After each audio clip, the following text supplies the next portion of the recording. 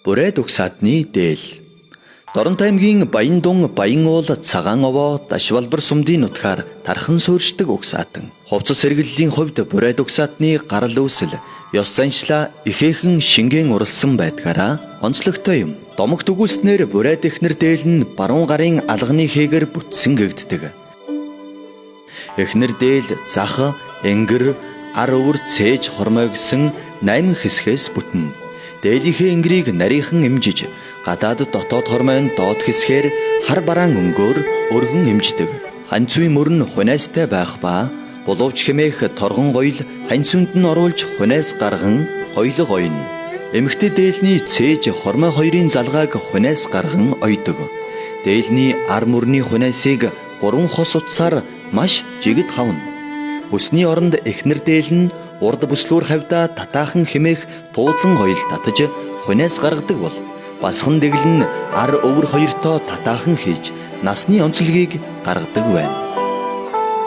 Ууж нь урт бог нь 2 янз байдаг.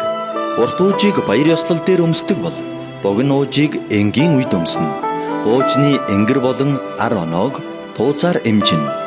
Бүрээд эхнэр гизгээ 2 хуваан туйв хийж гойдог ба туйвны толгойг үнэт зүйлсээр гойдог байна. Туйвыг 2 шанаа хавьд хөндлөн хийн. Хос цагирган зүйлт болох сүйхийг малгайдаа бэхлэн зүүдэг ба 2 цагиргыг гинжээр холбоно.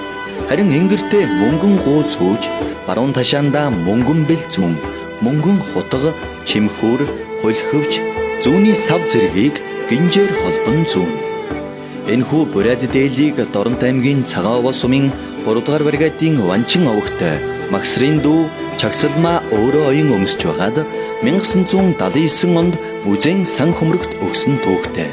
Харин гоёл чимэглэлийг Доронт аймгийн Баяндун сумын хөдөө аж ахуйн ерөнхий механикч Даваажовын цагаан хүүгийн эхнэрийн нагац их хэрэглэж байсныг 1977 онд цагаан хүү Доронт аймгийн музейд хүлээлгэн өгсөн түүхтэй.